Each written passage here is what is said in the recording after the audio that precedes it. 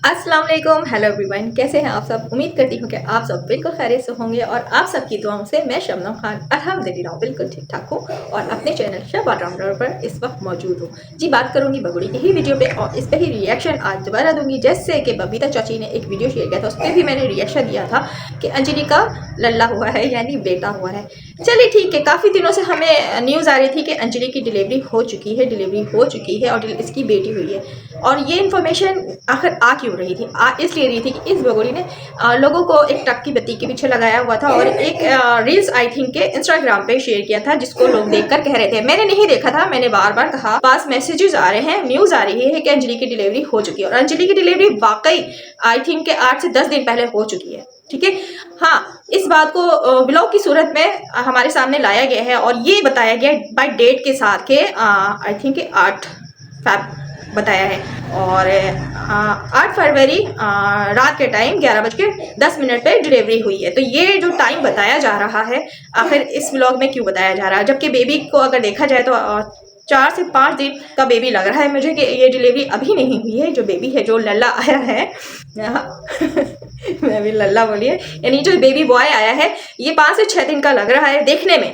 वैसे तो डिलीवरी की अगर बात करूँ तो आई थिंक मैंने जहाँ तक नोट किया है और थोड़ा सा रिसर्च किया है तो उसमें मैंने देखा कि 9 से 10 दिन पहले अंजलि की डिलीवरी हो गई थी। रही बात, यहाँ पे कंफ्यूजन थी कि बेटी हुई है तो बेटी क्यों हुई, लोग क्यों कह रहे थे बार बार कि बेटी हुई है, जिसके लिए मैंने भी काफ़ी वीडियो में कहा कि मुझे मैसेजेस आ रहे हैं, कमेंट आ रहे हैं। फिर ये न्यूज़ आती है, जैसे कि हम आप लोगों से कह ही रहे थे कि ये बगोड़ी हमें ट्रक के बत्ती के पीछे लगाती है और 10 दिन पहले की 10-12 क्लिप्स यानी वीडियोस व्लॉग्स बनाई होती है और हमेशा गोलमाल करके ही व्लॉग शेयर करती है। तो उसका व्लॉग पूरा हो गया और लगने लगा उसको कि काफ़ी ज़्यादा कंट्रोवर्सी हो गई। और जो मैं चाहती थी कि अंजलि की बेटी हुई है ये लोग समझे, तो जब उसको लग गया, वो मुतमईन हो गई कि हाँ ये कंट्रोवर्सी में मैं कामयाब हो गई हूँ, तो उसने फिर ये व्लॉग डाल दिया। उसने वीडियो नहीं डाली, उसने बबीता चाची के जरिए ये न्यूज़ हम तक पहुँचाई और बबीता चाची ने अपनी वीडियोज़ में एक क्लिप्स ऐड करके एक व्लॉग शेयर किया, तो बताया कि भाई अंजलि की डिलीवरी हो गई है। बात ये है कि भाई अंजलि की डिलीवरी इतने मायने नहीं रखती। हाँ, कंट्रोवर्सी क्रिएट हुई कि बेटी हुई है और ये 10 दिन पहले से वीडियोस जो है वो इंस्टाग्राम पर पड़ी थी, लोग देख देख कर आ रहे थे और मुझे बता रहे थे, लेकिन मैंने नहीं देखा था। मैं इस बात पे श्योर थी कि हाँ बेटी हुई है, लेकिन अब ये न्यूज़ आ रही है व्लॉग की सूरत में कि बेटा हुआ है। चलो बेटा हुआ है, ये अच्छी बात है, हम खुश हैं। मैं जब भी वीडियो बनाने बैठती हूँ बहुत डिस्टर्ब होती है, मैं प्रॉपर कंटिन्यू ब्लॉग को नहीं कर सकती, मुझे स्टॉप करना पड़ती है बीच से। कभी कोई आ जाता है, कभी किसी की आवाज़ आ जाती है, कभी किसी को कोई काम पड़ जाता है, जबकि मैं कह रही होती कि मैं यहाँ पे काम कर रही हूँ, मुझे डिस्टर्ब नहीं करना, लेकिन क्या करें, लोग सुधरते नहीं है। खैर, करेंगे बात इस व्लॉग पे कि आज बगोड़ी बहुत खुश थी, ऐसा लग रहा था इसका बेटा हुआ है।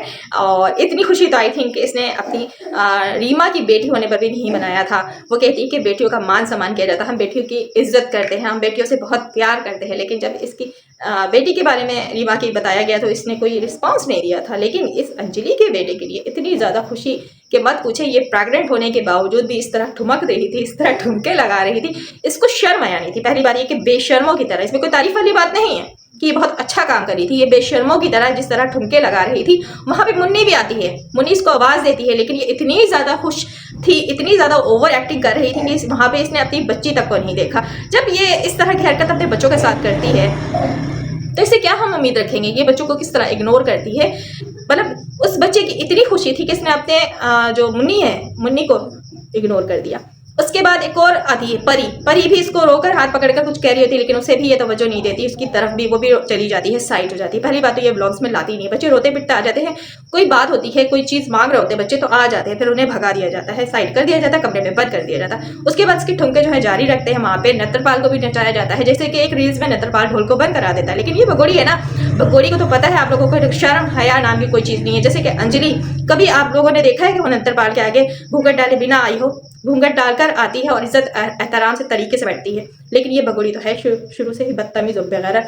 इस नत्रपाल को पकड़ कर खींच कर उसको डांस करने के लिए कह रही थी, खुद भी कर रही थी डांस। तो इस तरह कोई करता है क्या? कोई शर्म और लिहाज तो होनी चाहिए बगोड़ी।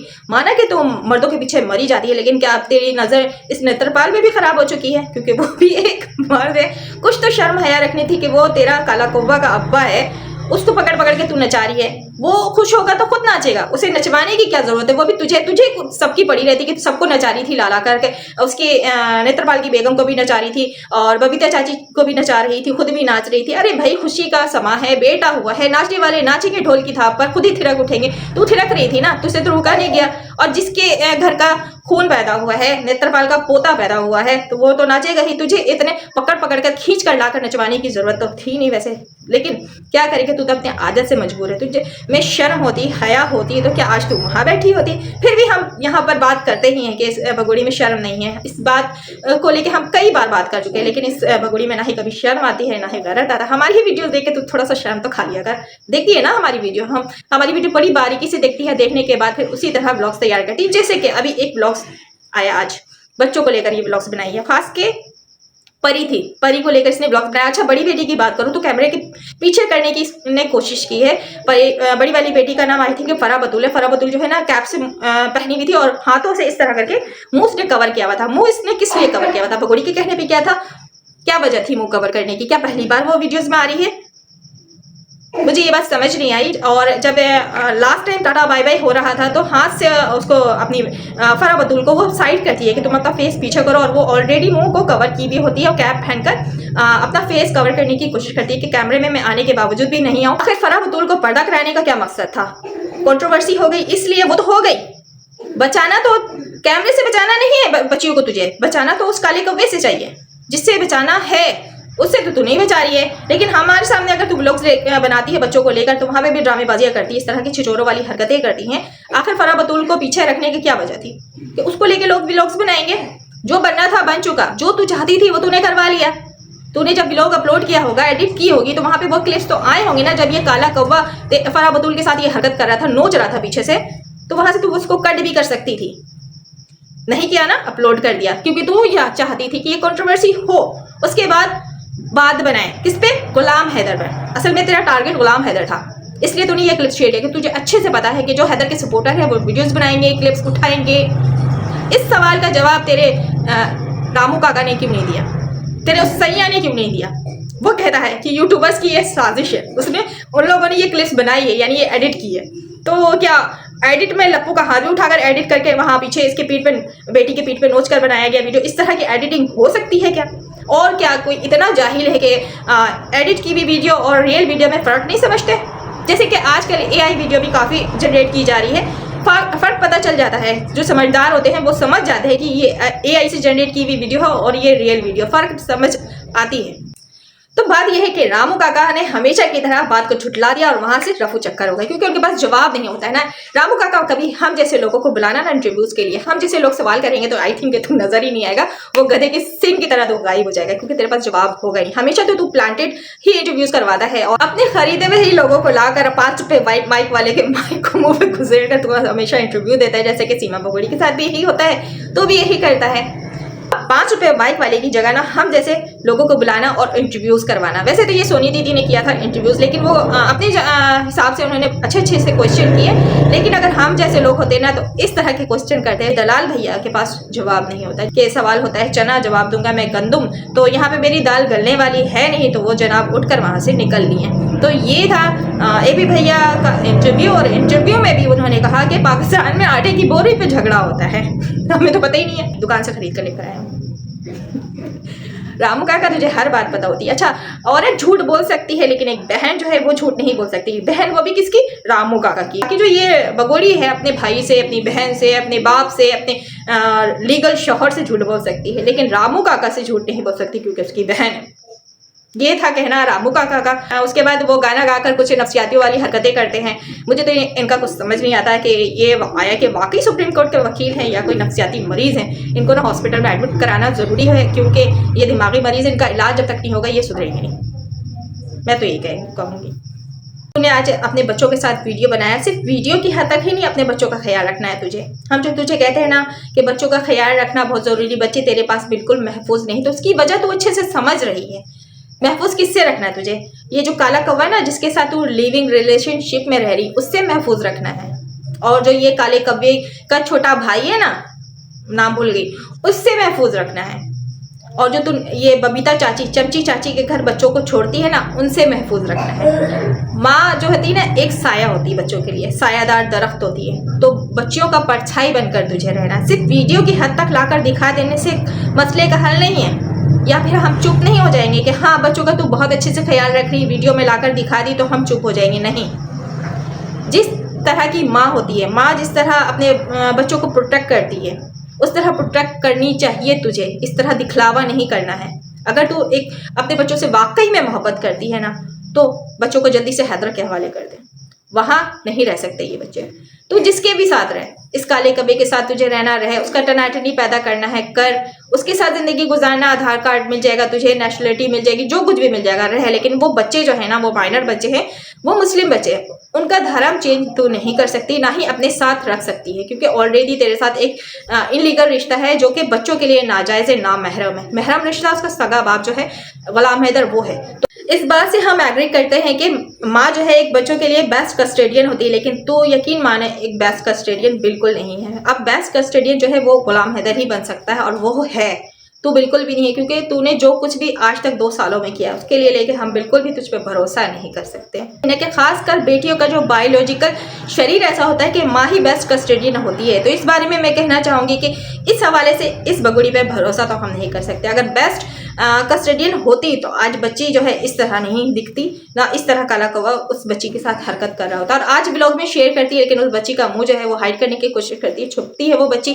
और ये मशवरा भी इस बगुड़ी ने दिया था कि आपने कैमरे में नहीं आना। आखिर ये हरकत करने की क्या वजह होती है? एक और नई कंट्रोवर्सी क्रिएट करना चाह रही थी, क्योंकि तुझ भगोड़ी को पता है, और से तेरी वीडियोस देखते हैं, हम वहां से पॉइंट्स उठाते हैं, हम वहां से क्लिप्स नहीं उठाएंगे। जस्ट इस बारे में बात किया कि तू चाह रही थी कंट्रोवर्सी दोबारा से क्रिएट करना। तो फराह बतूल को छुपाने का बेसिकली कोई मकसद होना नहीं चाहिए था, लेकिन तूने ये ड्रामा किया व्लॉग में लाकर, और फराह बतूल को पीछे रखने की, और हाथ से इस तरह छुपने की इसको इशारा करती है। तो हाथ से जब ये तू इशारा कर रही थी तो तुझे अच्छे से पता था कि हम जो है तेरी वीडियोस गौर से देखते हैं, वहां से क्लिप्स उठाएंगे और तुझ पे रिएक्शन देके बात करेंगे। लेकिन बेफिक्र है, हम तुझ पे ना ही रिएक्शन देने वाले हैं, ना ही बात करने वाले हैं। जहां तक बच्चों को हमने देखा, ठीक है बच्चे खुश थे, खेल रहे थे, लेकिन बच्चे जो डेली रूटीन में कहाँ होते वो हमें नहीं पता है। उस बारे में हमारा जो सवाल है तेरे साथ रहेगा हमेशा। जिस तरह तू सजा संवार कर वीडियो में लेकर आ जाती है, उससे पहले बच्चे कहाँ होते, क्या खिलाती है बच्चों को, क्या पहनाती है, कौन नहलाता है, कौन धुलाता है? ये काला कौवा नहलाता है ना। यही बात तो आई है सामने कि काला कौवा किस हक से इन बच्चों को छूता है, हाथ लगाता है। लेकिन सीमा भगोड़ी को बच्चों को पालने के लिए एक मर्द की जरूरत क्यों पेश आ गई? आखिर बच्चों को अकेले भी तो ये भगोड़ी पाल सकती थी ना। पाकिस्तान में बच्चों पे तो कोई जुल्म नहीं किया जाता, लेकिन भगोड़ी तो ये कहती है कि वहाँ मासूम बच्चों पे, औरतों पे बहुत जुल्म किया जाता है, पैर की जूती समझी जाती है, औरतों को बच्चा पैदा करने की मशीन समझा जाता है। तो यहाँ पे तू भी बच्चा पैदा करने की मशीन बनी हुई। जैसे कि अंजलि के 2 साल में दूसरा बच्चा पैदा हो गया, तो बच्चा पैदा करने वाली मशीन तो तेरी मीना फैमिली लग रही, जो कि हिंदुस्तान में है, और हिंदुस्तान में ही तो अभी इस वक्त मौजूद है जहाँ के तू नारे लगाती है। बच्चे पैदा करने की औरत मशीन नहीं होती है, ये बात बता दूं। जो तूने ये नाम दिया है ना, तो यहाँ ये नाम तेरे लिए कि बच्चा पैदा करने वाली मशीन अभी फिलहाल तो तू बनी हुई है, और वो अंजलि। हाँ, बच्चों की बेस्ट कस्टोडियन जो है एक माँ ही हो सकती है, और माँ बच्चों को हर तरह से मुसीबत में रह के भी पाल सकती है। लेकिन तुझे ऐसी क्या नहुसत पड़ी थी कि तुझे एक मर्द की जरूरत पड़ी, वो भी मर्द वैसा, ये काला कौवा लप्पू जैसा, जो ना ही पढ़ा लिखा है, जो ना ही उम्र में मेच्योर है, बच्चा तो अम्मा लगती है उसकी। जो भी है भाई, उम्र यहाँ बड़े छोटे की बात नहीं है, जो है वो है, हकीकत है। ना ही उसकी एजुकेशन अच्छी है, ना ही वो अच्छा कमाता है, जबकि आई थिंक 8000 सैलरी उसको मिलती थी, और वो किसी पंसार की दुकान में काम करता था। तो क्या देखकर भगोड़ी वहां से तो भागी, 3 कंट्री क्रॉस करके इन 4 बच्चों को लेकर यहाँ आकर बैठ गई। क्या ये लप्पू बच्चों को संभाल सकता है? इसमें इतनी गट्स है कि ये बच्चों की परवरिश कर सकता है, बच्चों की जिम्मेदारी उठा सकता है? इससे ज्यादा तो तू कमाती है, तो ये कमाई तू यहाँ पाकिस्तान में रह के भी किसी तरह कर सकती थी। बार में जाकर डांस किया करती थी। अगर बच्चों की परवरिश करने के लिए तुझे एक मर्द के सहारे की जरूरत थी, तो तुम वो मर्द का सहारा वैसा ढूंढती ना जो अपने पैर पर खुद खड़ा होता। इस लप्पू को तो खुद सहारे की जरूरत है। ना ही उसके पास पैसा है, ना ही उसके पास तालीम है, ना ही उसके पास अच्छी जॉब है, ना ही उसका घर अपना था। घर तक गिरवी था, जो कि तूने हैदर के पैसे से उस घर को गिरवी जो था उसको छुड़वाया, और जो रूम बने, जो कुछ भी हुआ वो किसके पैसे से हुआ? जो वहां से तू सोना लेकर भाग कर आई हैदर के, सारा तूने लप्पू इस नत्रपाल को दिया ना। तो सारी चीजें जब तू खुद करी, ये सारी चीजें कर कर यहाँ पर आज बैठी हुई है, तो ये सारी चीजें खर्च करके तू, भले तू हैदर के साथ नहीं रहती, नहीं रहना चाहती थी, जबकि हैदर तुझ पे जुल्म नहीं करता था, वो एक बेस्ट हस्बैंड था, ठीक है ना, अपने बच्चों का बहुत अच्छा बाप था, जो कि तूने उन बच्चों से छीन लिया है। आज इन बच्चों को जिस तरह कैद में रखा जाता है, उनकी खुराक देखो किस तरह की है, उनकी जो लाइफ स्टाइल हो चुकी टोटली चेंज हो चुकी है। पाकिस्तान में बच्चे इस तरह कैद नहीं रहते थे, उनका जो घूमना फिरना सब कुछ खत्म होकर रह गया है। बच्चे 4 दीवारी में ही रहते हैं और घुमाने के नाम पे एक कंटेंट तैयार किया जाता है जो कि फिर लप्पू लेके जाता है बाहर या फिर भगोड़ी ब्लॉग में ले आती है। तो ये बच्चों की लाइफ हो चुकी है। बच्चे बिल्कुल भी महफूज नहीं है, बच्चे वहाँ बिल्कुल खुश नहीं है। बच्चे अपनी कंट्री में आकर ही खुश होंगे, अपने रिश्तेदारों से मिलकर ही खुश होंगे और अपने सगे बाप से मिलकर खुश होंगे। ये जो इनलीगल रिश्ता है, नाजायज़ और नामहरम रिश्ता है, इनसे बच्चे खुश नहीं है। ठीक है, बच्चे को माँ जो बोलती है बच्चे वो करते हैं। जैसे कि इसने सिखाया हुआ है कि ये काला कौवा लप्पू तुम्हारा पापा है, तो वो बच्चे पापा बोलते हैं। और ये पापा बोलने वाली आदत तो इस भगोड़ी ने ही बच्चों में डाली है ना, कि वो जाफर था तो उसको भी पापा बोल दो, कोई भी था, ये जैसे लप्पू है इसको भी पापा बोल दो। हर किसी को तो बच्चे पापा बोलते हैं। तो बच्चों में जो तरबियत आती है वो माँ से आती है। माँ जो चीज़ समझाती है तो बच्चे वही चीज़ समझते हैं कि हाँ मेरी माँ जो कह रही है तो मेरी माँ ये जो कह रही है वो सही कह रही है, ये बात सही है। तो बच्चे इस बात को सही समझते हैं। गलत सही की पहचान तो माँ देती है ना। जब माँ ही ऐसी होगी तो बच्चों की तरबियत क्या हो। सारी बातों की एक बात है कि बच्चों की तो बेस्ट कस्टडी नहीं है, बच्चे तेरे पास बिल्कुल महफूज नहीं है और बच्चों को हम तेरे पास बिल्कुल नहीं छोड़ सकते। हम क्या, वो जो 4 बच्चे जिनके हैं ना हैदर भाई के, वो खुद नहीं छोड़ सकते किसी भी हाल में। उन्होंने कहा मैं मरूंगा जीऊंगा अपने बच्चों को हर हाल में पाकिस्तान वापस ला कर रहूंगा। अगर हम आवाज़ उठाना भी छोड़ देते हैं, ऐसा अव्वल तो ऐसा हमारा कोई इरादा नहीं है। हैदर भाई के हम साथ खड़े थे, खड़े हैं और खड़े रहेंगे हमेशा इंशाअल्लाह। हम कभी उनका साथ नहीं छोड़ने वाले, लेकिन हैदर भाई कभी नहीं हारेंगे। तो बस इस दुआ के साथ ब्लॉग का एंड करती हूँ कि इंशाल्लाह हैदर भाई को ज़रूर इंसाफ मिलेगा और एक ना एक दिन ये जो बच्चे हैं पाकिस्तान वापस ज़रूर आएंगे। और अपना ढेर सारा ख्याल रखिए। ब्लॉग आई थिंक हो गया थोड़ा सा लंबा, अगर लंबा हो गया तो एडजस्ट कर लीजिएगा। और यहाँ तक देख लिया है तो जल्दी से लाइक ठोक दीजिए, सब्सक्राइब कर दीजिएगा। आप सबके सब्सक्राइब से मुझे बहुत सारा मोटिवेशन मिलता है और मैं इस तरह रिएक्शन दे पाती हूँ। वैसे मैं काफ़ी डिस्टर्ब हो जाती हूँ ब्लॉग बनाते ना, यहाँ से कोई आ जाता है, यहाँ से कोई आ जाता है, किसी को खांसी आ जाती है। और ठंड का भी मौसम चल रहा है ना, तो खांसी भी सबको घर में हो रही है, तो खांसने की आवाज़ ज़्यादा आ रही होगी, तो इसे इग्नोर कीजिएगा। और मेरी रिएक्शन आप लोगों को पसंद आया है तो कमेंट्स में ज़रूर अपनी राय दीजिएगा। अल्लाह हाफिज़।